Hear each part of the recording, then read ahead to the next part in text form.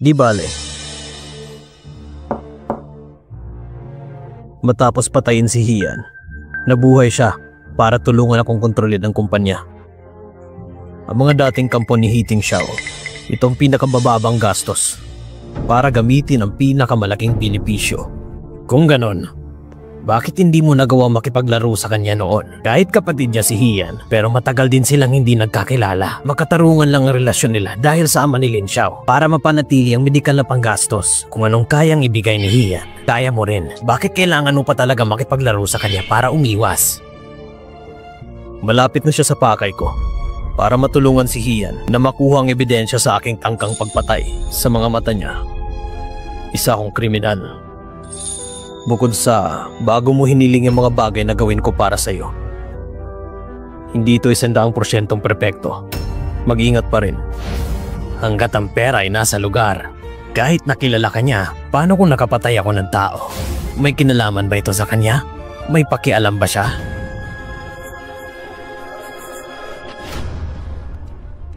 Wala naman akong pinatay. Pakiusap ko lang, huwag mo nang lokohin ang sarili mo, okay? Dahil alam mo na ang plano ko, ngunit walang humihinto sa pagsisimula natin. Magkasabwat tayo. At ngayon lang, hiniling mo rin sa akin na kunin si Lin Xiao. Gawin mo rin. Sabi mo wala kang pinatay. Pagkaroon ka naman ng kahihiyan. Paano? Huwag ka na magsalita. Ang babae, hindi ito mabibili ng pera. Pero para sa kanya, anong mas mahusay kesa sa kanya? Mas mahalaga ang buhay ng ama niya, di ba? Kaya Yoga, sa tingin ko, ang problema ngayon ay hindi siya. Higit sa'yo. Ano ang gusto mo? Ako? Ipaghihiganti ko ang aking ama. Pagkatapos ay babawiin ko ang fangsing na galing sa kanya. Ililipat ko ang fangsing at huhukayin ko mga buto niya. Anong mangyayari pagkatapos mong gumanti? Pagkatapos ng paghihiganti? Wala akong ideya. Anong mangyayari pagkatapos mong gumanti? Wala akong ideya.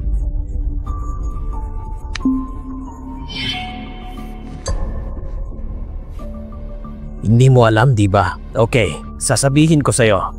Gusto mo yung babaeng yon. Kaya naman nag-e-effort ka para dito. Para mapakita mo talaga na mahal mo siya. Huwag mong hawakan ang alak ko. Pero pinaghihinilaan ka ni Hian. May laging nakatambay na tinik sa pagitan ninyo.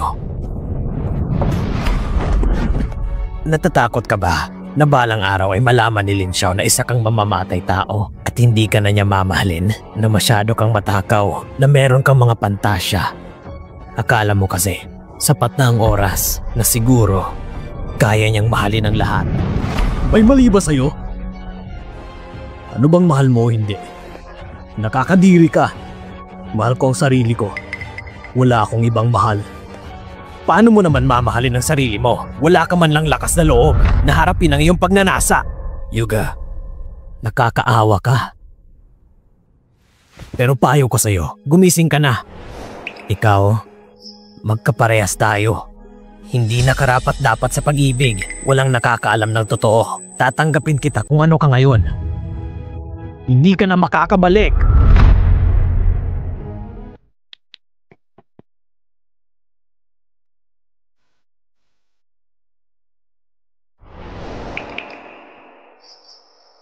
Hindi ikaw si Yan.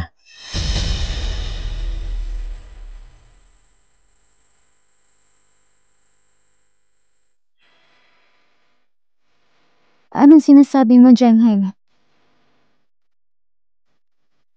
Hindi na ikaw ang Yan na kilala ko. Anong kalokohan pinagsasabi mo?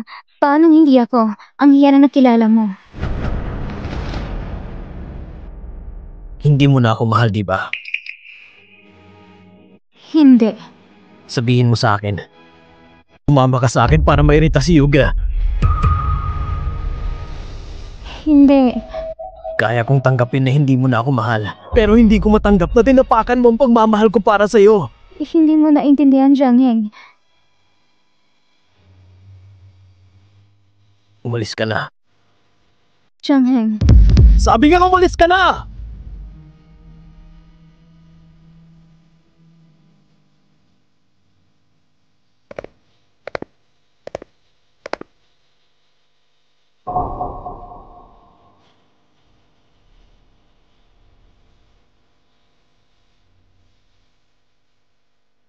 Hello. Patalan mo ako ng 2 bote ng alak.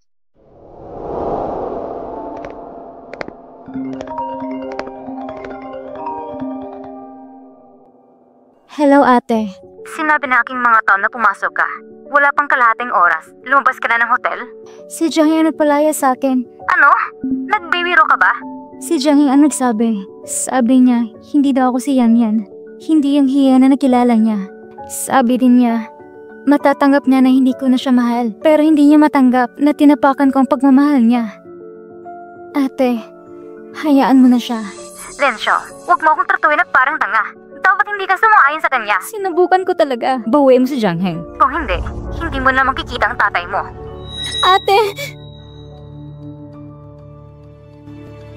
Nurse, nakapag-dialysis na ang tito mo. Mabuti, salamat. Hindi naman big deal, diba? Ayos lang. Ngunit, wala ka talagang pakyar na dapat ba siya ma-ospital? Hindi niya gustong amoy ng ospital. Gusto lang niya sa bahay. Okay. Mangyaring bigyan mo siya ng pansin. Sige.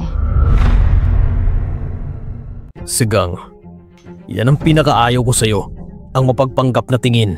Sinabi ko lang ang mga katotohanan na layunin ng Estado. Huwag mong isipin na kilala mo ako. At huwag mo kong tingnan ng ganyan. Hindi ko minahal si Lin Xiao. Nagpanggap lang ako sa kanya. Dahil kung ang isang tao, mabibili lang ng pera. Tapos balang araw, mabibili ko siya sa mas mataas na presyo. Ngayon, ang emosyon ay ang kahinaan ng isang babae. Bakit naman hindi? Hindi ako naniniwala. Maniwala ka man o hindi. Kaya ano, kaya pa ba natin panatilihin ang orihinal na plano? Patay na si Hian. Kahit na mga matatandang lalaki sa kumpanya ay medyo magulo na. Ngunit sila ay inalis. Ito lang ang tanong ng oras.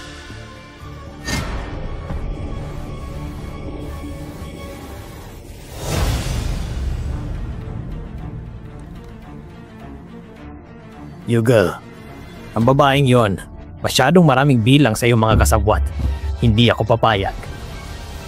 Kahit anong gusto mo, wala akong pakialam. Kailan magsisimula? Sa ikalaman ng sunod na buwan. Sa birthday niya, ibibigay ko sa kanya sa oras na yon. Papadalan ko siya ng sorpresa. Isang malaking regalo.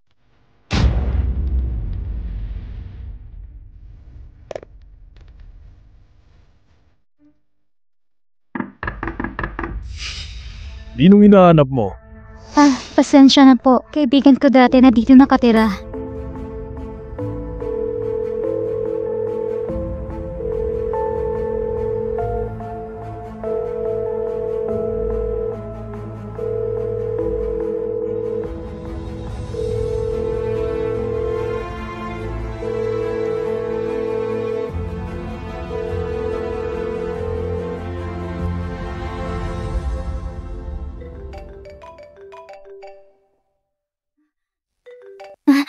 Hello?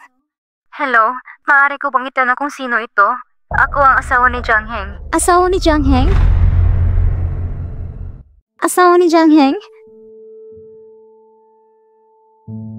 Hello, ako si Hian. Bumalik si Jiang Heng sa China para sa iyo. Hiniwalayan niya ako. Hindi ako pumayag noon dahil ang mga anak namin kailangan ng ama. Ano? Patawad. Hindi niya ito sinabi sa akin dati. Hindi na mahalaga. Kung hindi dahil sa nabuntis ako, hindi niya ako pagkakasalan. Hanggang ngayon, inani ko ang bunga ng aking sariling pagpapagal. Tatanungin kita, anong pakay mo sa akin? Ilalagnat ang bata. Patuloy siyang umiiyak at tinatawag ang kanyang ama. Naiintindihan ko siya. Wala nang ibang paraan. Bumalik lang siya paminsan-minsan upang samahan ang mga bata. Pumayag kong hiwalayan. Matagal na akong tumatawag sa kanya. Kasama mo ba siya?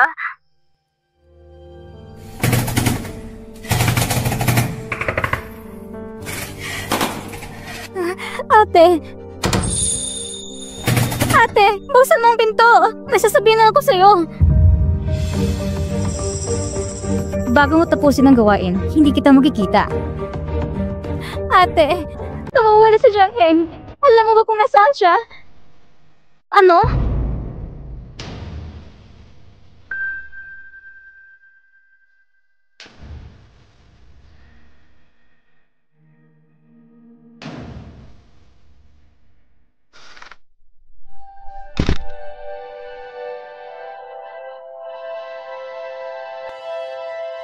Ate, pumasok ka.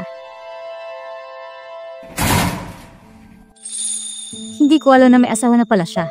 Hindi ko rin alam na may anak pa pala siya. Kung alam ko sana ito, hindi ko siya hayaan dumating.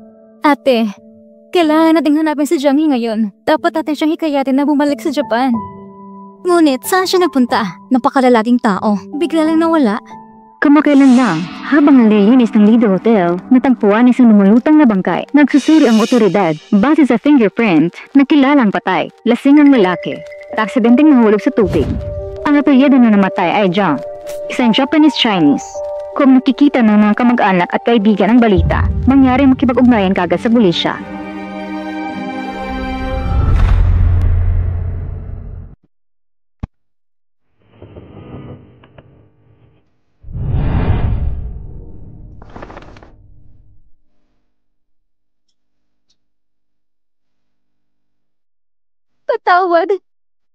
Patawad. Hinayahan ko ang asawa mo. Nawalan ka ng asawa. Hinayahan ko ang bata. Nawala ng isang ama. Patawad. Oo, basta alam mo. Ang pag-aalinlangan mo sumira sa kanya.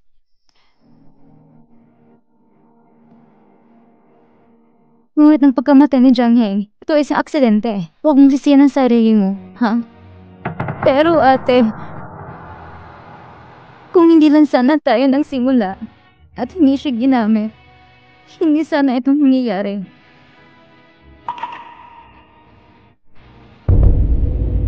Pinagtag sila ng pagmamahal sa iyo. Ito ay isang pagkakamali. Kung si Yogi din, hindi na ako magsisinungaling.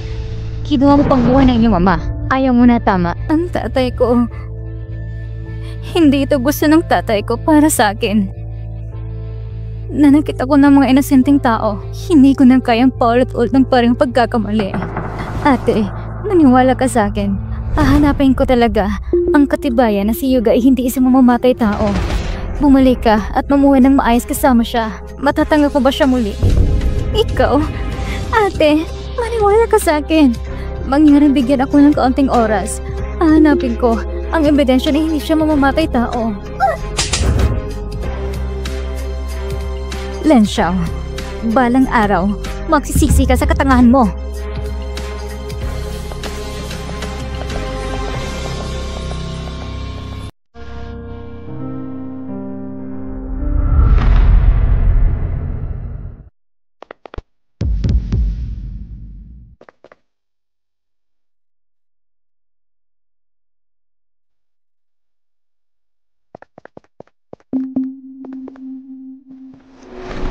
Bakit ka nandito?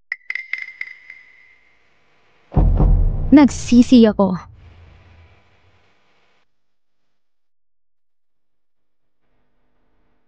Miss na kita. Aso mo ba ako? Lumalapit ka lang kapag may kailangan ka. Umalis ka na lang. Hindi. Ano ang dapat kong gawin para mapatawad mo ako? Si Jang Hee may patay na. Ikaw ay nag-iisa. Tama.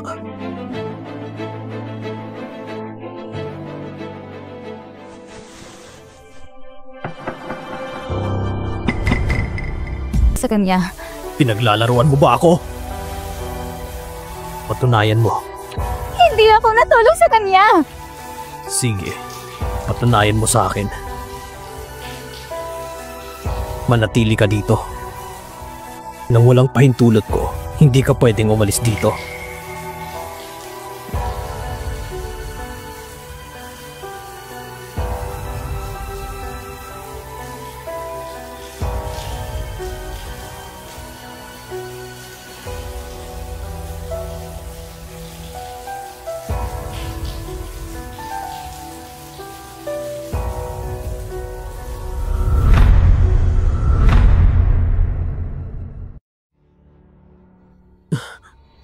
Pa!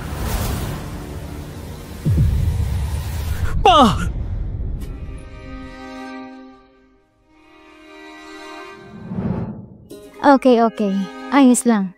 Nandito naman ako. Sasamahan kita.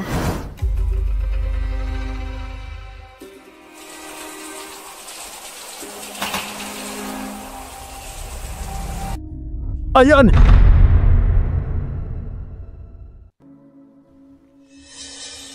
Ikaw ang boyfriend niya? Ako nga. Ano bang problema mo? Nagtatrabaho ka ba kahit anong okasyon? Nakulangan sa oxygen ng tao. Doctor, ito ang hiling ko. Huwag mo siyang sisihin. Mga kabataan talaga ngayon. Maging masaya lang kayo.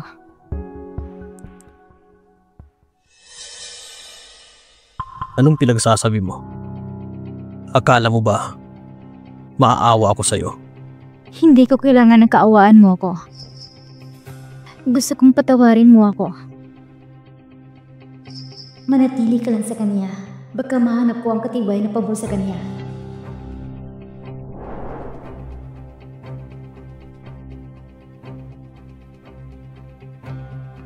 Anong meron?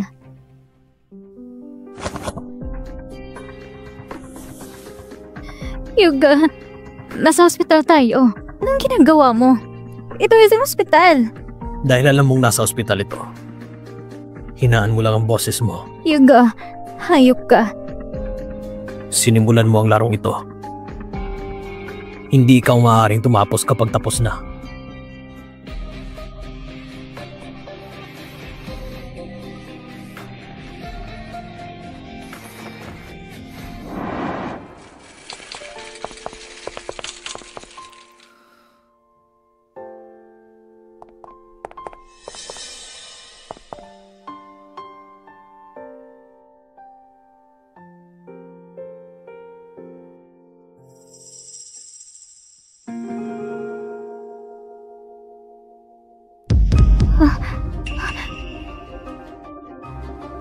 Doctor!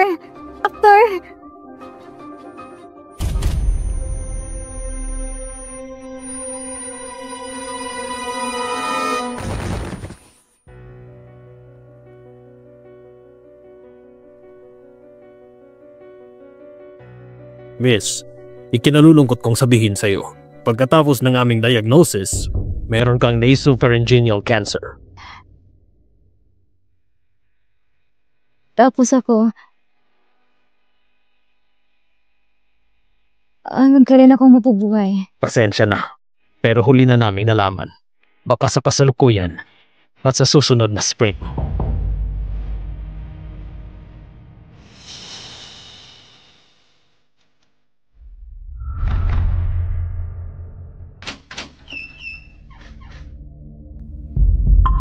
Dahil gusto kong makita kung paano ka gumanti. Inakamamahal na anak ni Yufei. Si Yufei ay nahuhumaling. Gustong gamitin ang anak ni Hiting Xiao sa pagsasagawa ng mga bagong pagsubok sa droga upang subukan ng mga bagong gamot. Pero nagmamadali siya. Isa lang ang kinuha niya. Ang inosenteng bata. Siya si Lin Xiao.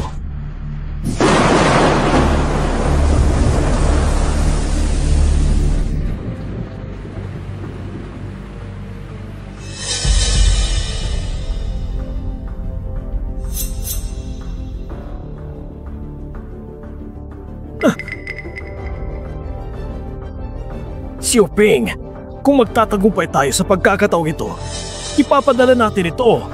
Paano kung mabigo ito? Walang nakakaalam sa mga side effect ng mga gamot na ito. Baka maging mamamatay tao ka. Magtatagumpay ito. Hayaan mo na lang. Ha? Sabi ko, hayaan mo na! May mali sa gamot na ito. Ginagamit mo ang mga sanggol at maliliit na bata. Malubhang sakit na coagulation. Ito ay dinisenyo para sa mga sanggol. Wala ka bang mga konsensya? Hindi ka ba nakukonsensya? Nag-optimize ako. Paano na lang ang batang ito? Ang epekto ng gamot nito ay nasa kanya na. Hindi mo na ito may babalik. Disorder ang coagulation. Basta mag-iingat siya. Huwag kang masaktan. Hindi mo ito anak. Walang problema ang lahat. Ikaw...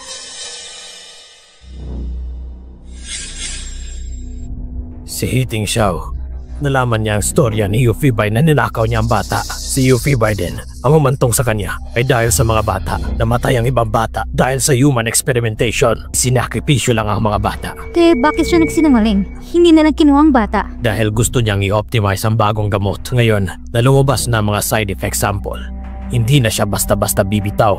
Ngunit ang pag-optimize ay hindi naging matagumpay. Nawala si Yuffie Bai. Kung nasan siya, hindi ko alam. Pagkatapos doon, ang iyong ama na si Iteng Xiao umaasa ng mga bagong gamot at itinatagang Fangsing Group. Pero sabi sa akin ng tatay ko, si Yu Feibei ay gumawa ng hindi mabubura ng kontribusyon sa Fangsing. Siya yung naglakbay sa ibang bansa. At naaksidente siya. Namatay siya sa ibang bansa. Si Yu Gay, anak ni Yu Feibei. Ano sa tingin mo? Tatay ko ba? Ang bagay na to ay walang ebidensya. Ngunit si Yoga, para sa ginawa niya sa'yo, marahil ito ay katibayan. Akala mo rin gusto kong saktan ni Yoga? Si Yoga ang batang yon. Kaya parang hindi lang niya gusto nakawin ng Fangsing. Ito ay paghihiganti para sa ating ama. Itong batang si Yoga, pinapanood ko siyang lumaki ay isang emotional na tao. Logically speaking, ito ay isang magandang bagay, ngunit ang tagumpay ay dahil din kay Xiaohe. Si Xiaohe rin ang pananagutan sa kabiguan. Napakaraming bagay na hindi niya kayang ibaba. Ano ang dapat kong gawin? Mabait kang bata. Hindi mo talaga naisip na gamitin ako para takutin siya. Naniniwala ako. Hahanap ka ng paraan. Napakaraming tao ang nasaktan ko. Lahat kasali. Hayaan mo ako mismo ang gumawa nito. Tapusin na natin to.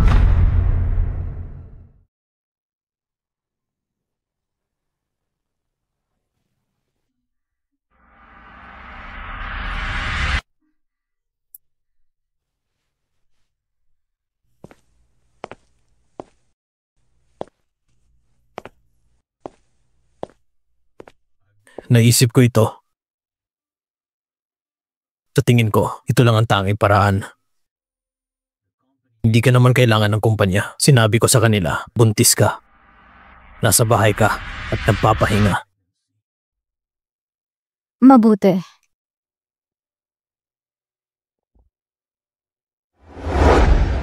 Bakit palagi kang ganito? Mukhang wala kang interes. Parang kung paano kita tratuhin.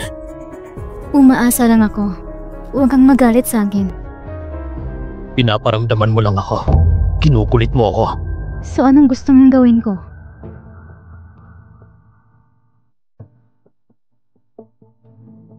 Maghintay ka.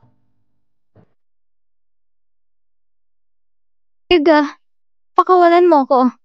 Gusto kong pumunta sa banyo. Magtiis ka.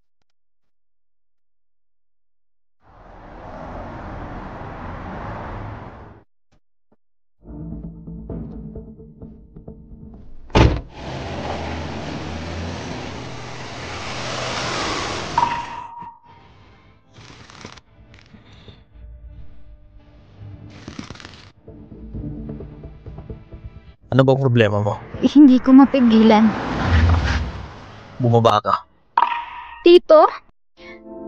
Madaming dumadaan dito. O pwede namang dito ka na lang sa kotse. Ikaw na bahala. Bagay, hindi ko pa nakita ang itsura rito.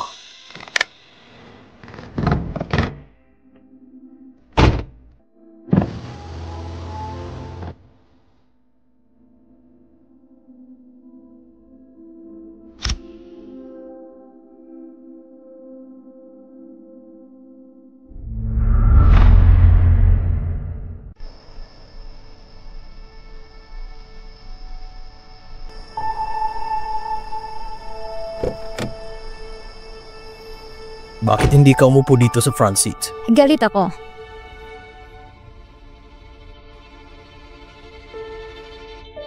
Ba't ka tumatawa? Gusto kita ng ganito. Ano ito? Hulaan mo.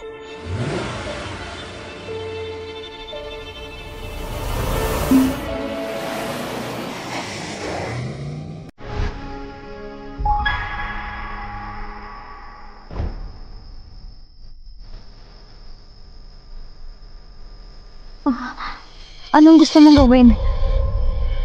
Itapon mo.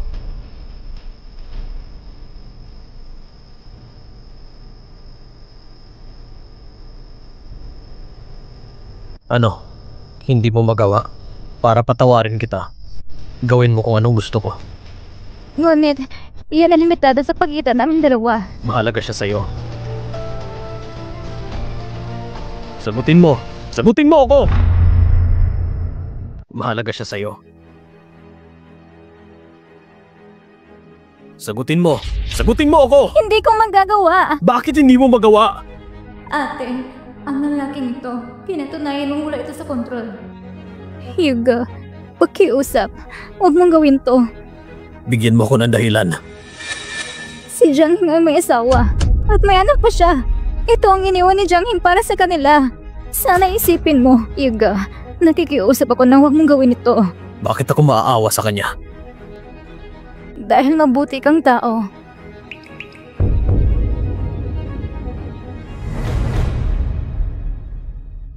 Mabuting tao.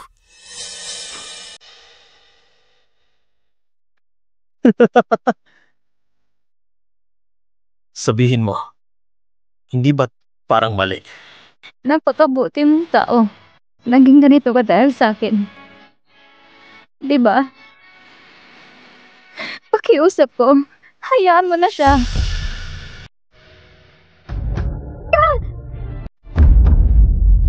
Hyuga. Tawat.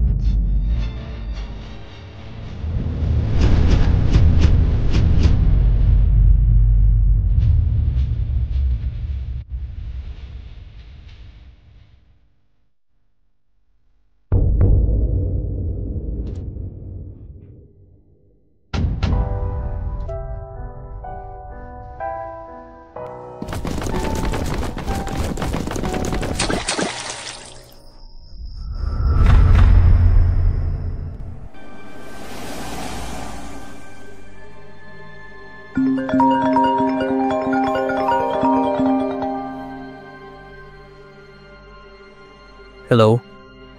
Wala ka sa bahay? Oo, bakit? Bukas ang 5, ipapadala ko sa'yo. Hindi ko na kailangan ng paalala. Sige. Mula nung bumalik si Lin Xiao para hanapin ka, hindi ko na siya nakitang lumabas. Sigang, wala ka bang masyadong ginagawa? Huwag mo akong masyadong pansinin. Huwag kang masyadong sentimental. Ang pangalawang iyan, ito rin ang aking layunin. Wala akong pakialam kung sinong pinapahalagahan niya. Ikaw pala, nagkaroon ka na ba ng sapat na saya? Kailangan mong hayaan siyang lumabas bukas. Kung hindi, paano ko magsisimula? Kaya ko rin pasabugin ang bahay mo.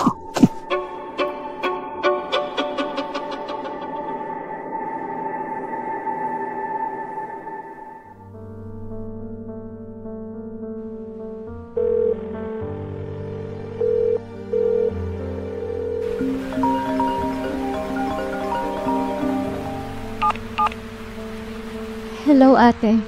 Nasaan ka? Nasa tabi mo ba si Hyuga? Ako? Hindi ko alam kung nasan ako. Ano nangyari? May ginawa ba sa'yo si Hyuga? Wala. Lumabas ako para mamasyal mag-isa. Hindi sinasadyang mawala ako. Sa tingin mo ba maniniwala ko sa sinasabi mo? Totoo nga. Nasaan ka? Susunduin kita. Wag. Ako, okay lang ako sa bahay ni Hyuga. Napakabadi ni Hyuga sa akin. Hindi mo na ako kailangan sunduin. Hintayin mo ko. Okay lang yan. Makinig ka mabuti. Manatili ka sa... Sa bahay bukas. Bawal kang pumunta kahit saan. Narinig mo ba yan? Bakit? Kasi, bukas, tapos ng lahat.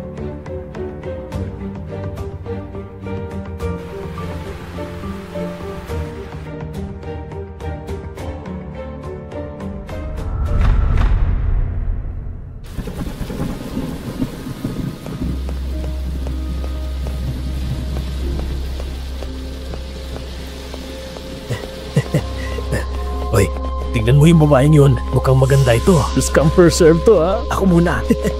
Nakita ko ang kagandahan. Saan ka pupunta?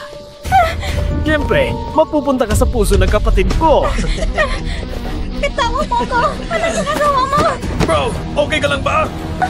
Naglakas loob ka bang tumawag?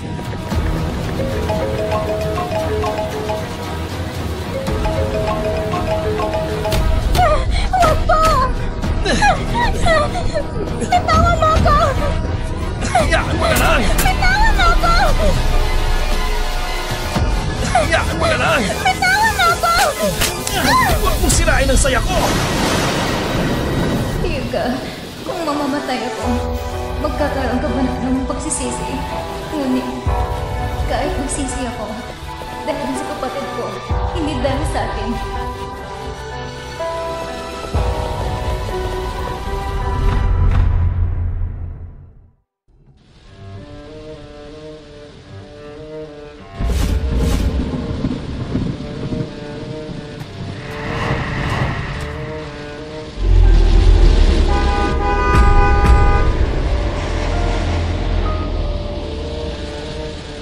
Baliw ka ba? Anong nasa isip mo? Baliw! Ang babaeng to, kakainis talaga. Sumama ka na! Bitawan mo ako!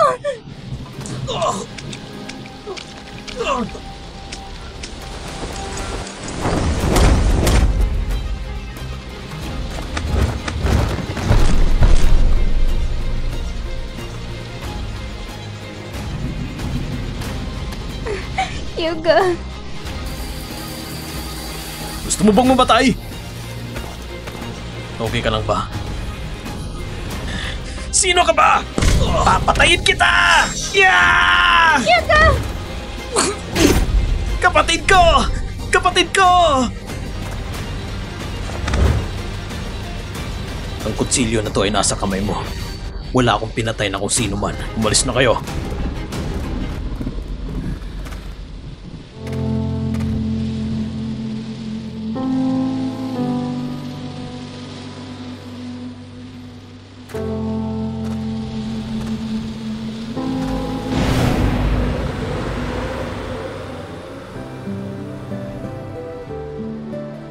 Anong meron?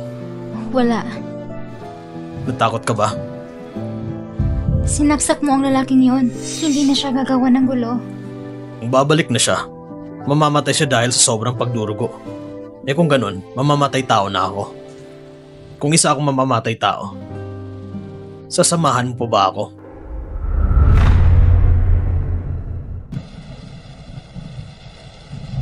Ako? Ano ang naasahan? Anong kulang? Nakakatuwa. Ginawa ko lang yun para ipagtanggol ang sarili.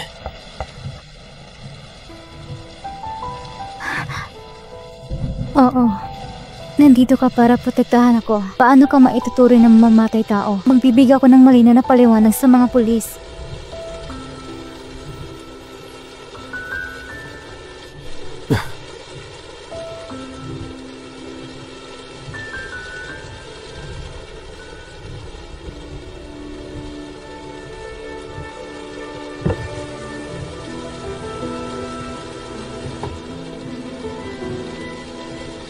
Kung pumatay ka ng tao, kahit ano pang dahilan mo, ipapadala kita sa kulungan. Kahit 10 taon, 20 taon, 30 taon, gaano pa katagal, hindi ako mai-inlove, hindi magpapakasal. Hihintayin kitang bumalik. Pagbabayad sa kasalanan.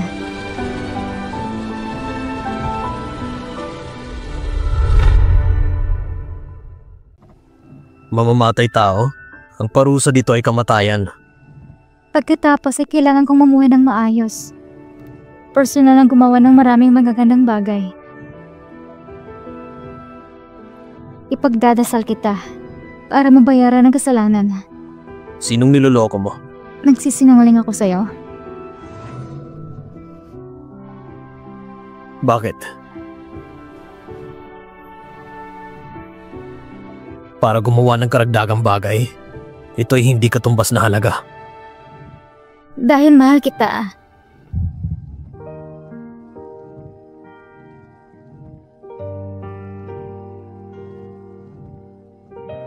Yuga, ano bang problema mo?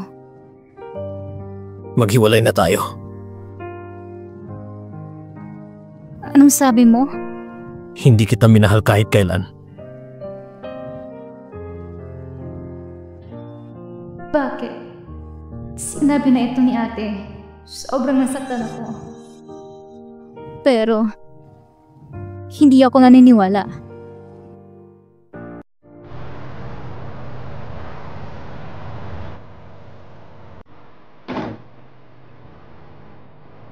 Iga!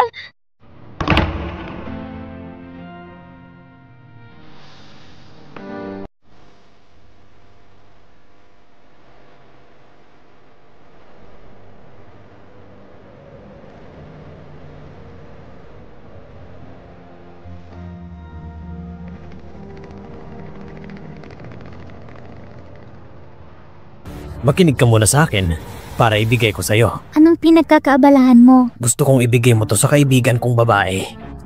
Sorpresa ko to sa kaarawan niya. Pero hindi bukas ang kotse niya.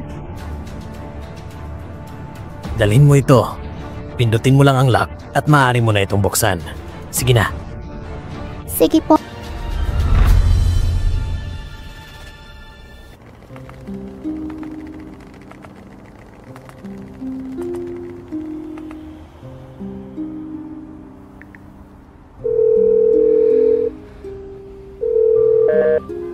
Hello, ate. Si Yuga. Nakipag-iwala siya sa akin. Nasaan ka? Susunduin kita. Ate, happy birthday sa'yo! Birthday? Hindi ko kaarawan ngayon. Pero, magiging anniversary ng kamatayan ni Yuga.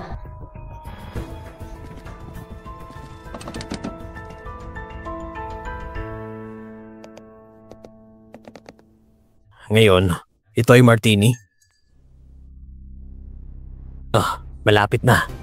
Anong malapit na? Ihiyan tuwing Biyernes. Sa oras na ito ng gabi, pupunta sila sa sementeryo para tingnan si Hiting Xiao. Siguro ngayon walang magiging exception. Ang kalsadang ito ang paraan. Sa pagkakataong ito, hayaan mo ang fireworks ko lumiwanag sa harap ng iyong mga mata. Boom! Walang pagkakataon na magkamali. Paano siya? Siya?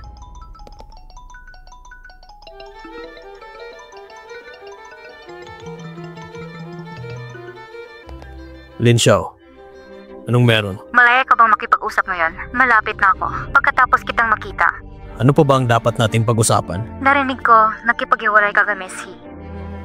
So ano, wala na tayong magandang pag-uusapan pa. Si Miss yung katabi ko ngayon. Gusto kanyang makita. May gusto siya sabihin. Yuga! Anong meron? Ayokong makita siya. Hayaan mo na siya. Ate, anong ibig mong sabihin? May mga bagay bang hindi ko nalalaman? Lin Xiao, kung papatayin ko si Yuga, kamumuhian mo ba ako? Nasa sasakyan din si Lin Xiao. Tamang-tama yan. Ito talaga ang orihinal na plano ko. Ang inihanda kong mga sorpresa na patayin ng 2 ibon gamit ng 1 bato.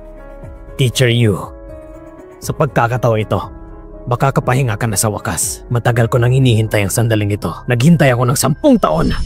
Kahit 10 taon, 20 taon, 30 taon, at gaano pa katagal, hindi ako ma-in love. Hindi magpapakasal. Hihintayin kitang bumalik. Bakit? Dahil mahal kita. Seryoso ka ba sa mga sinasabi mo? Binigyan kita ng maraming oras. Nagawa mo bang linisin?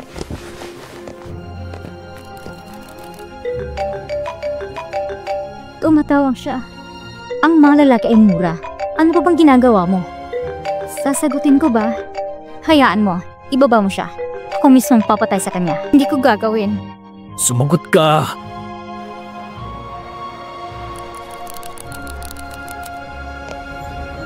Lin Xiao, sumunod ka. Kung mamamatay ka, wala nagbigay sa tatay ko. Hindi pa ako nagbabayad. Sabi sa akin ng tatay mo, sinabi niya na mabuti kang tao. Ang mga bagay na to, sinabi niya rin sa akin dati. Ate, kailan matapos ang ikot ng paghihigante? Kung handarang maniwala sa akin, bigyan mo lang ako ng isa pang pagkakataon. Okay? Kayong dalawa mag-ama. Ito ay isang napakahusay na pagganap. Ayokong maging masamang tao ka rin. Len Xiao, may sakit ako. Sabi ng doktor, maluba ang sakit ko. Ilang araw na lang natitira. Mamamatay na ako. Ano? Teka!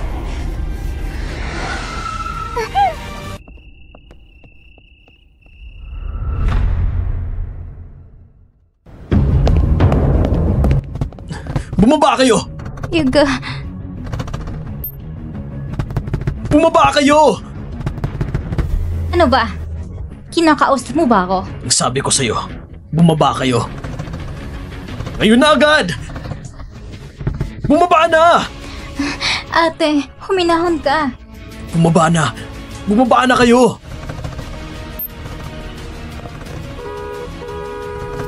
Hoy! Anong ginagawa mo? Gusto mo bang mamatay? Pumunta ka sa impyerno!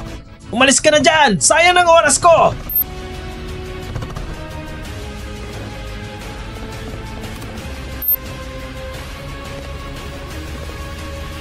Tatlo. Dalawa. Isa. Boom!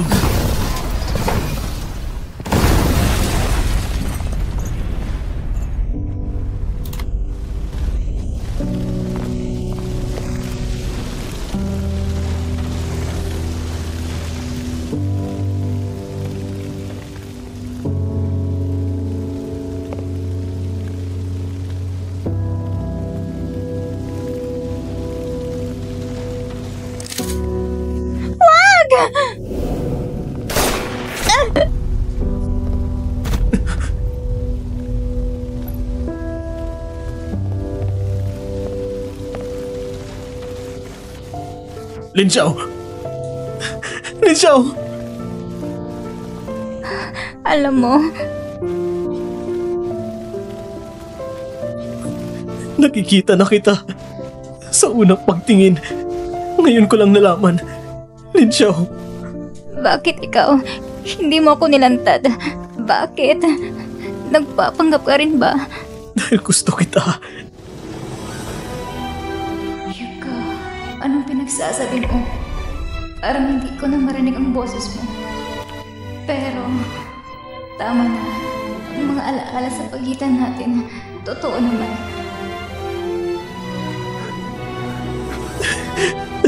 Lin Xiao! Lin Xiao! Lin Xiao! Ayoko na magiganti! Ayoko na magiganti! Lin Xiao! Lin Xiao!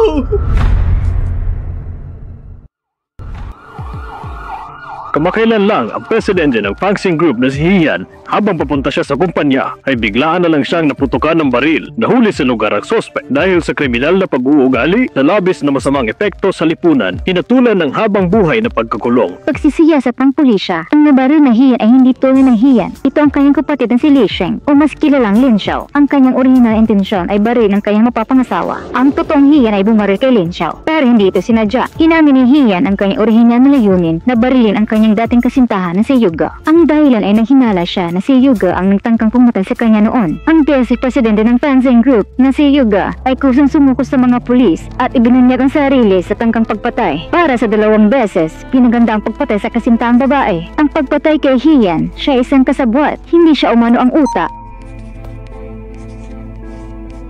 Anong intensyon mo? Bakit ka nagtangkang pinatay ni Hiting Xiao ang biolehikal kong ama? At inilibing siya sa ilalim ng Fangxing Building. Gusto kong bawiin ang lahat ng meron siya. Sinira niya ang buhay ko sa sarili niya mga kamay. Paano mo nalaman? At bakit naman pinatay ni Hiting Xiao ang ama mo? Dahil, ano? Buntis siya? Hindi ito tama. Para pabutihin ang function ng coagulation ng dugo. Kaya naman nakaligtas siya sa kalamidad na ito. Sa kaso ng produksyon, ang mabigat na pagdurugo ay lubhang mapanganib. Doktor, ganito na siya ngayon. Ang buhay niya ay nasa panganib. Zhao Huanggang, pinag-isipan mo na ba ito? Hindi natin papayagan itong batang ito. Naaapektuhan na siya. Hindi. Gusto ko nang magkaanak. Nagising ka na? Gusto ko ang batang ito. Nababaliw ka na ba? Kapag pumayag akong ipanganak mo ito, magiging mamamatay tao ako habang buhay ko itong pagsisisihan.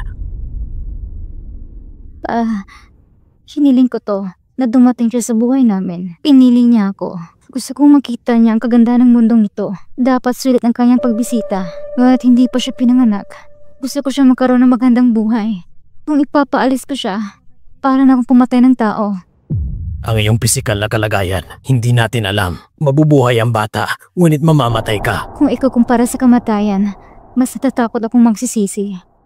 Anong pagsisisihan mo? Ang mga sinabi ko. Sana sundin mo na lang mga sinasabi ko. Kahit 10 taon, 20 taon, 30 taon, kahit gaano katagal, hindi ako mai-inlove. Hindi magpapakasal. Hihintayin kita palagi. Kasama mo ko. Para tubusin na yung mga kasalanan. Hanggang sa iyong kaluluwa. Dahil nagsisisi talaga ako. Para sa'yo to.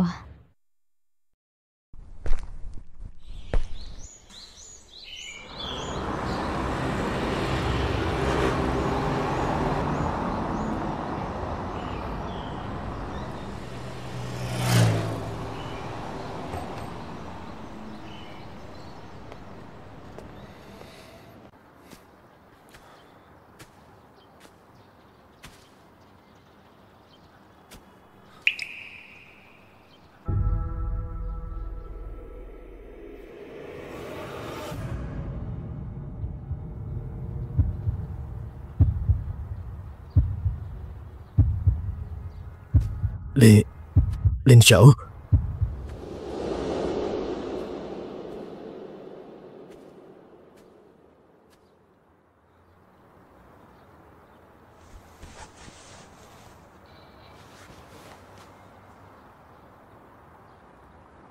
Lin Xiao?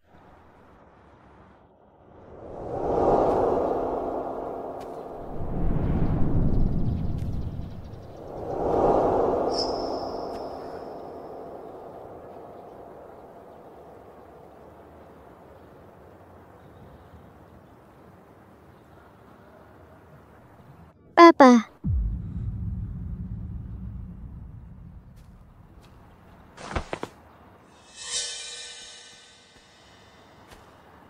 Ako si Nian. Sabi ni Mama, hintayin daw kitang umuwi.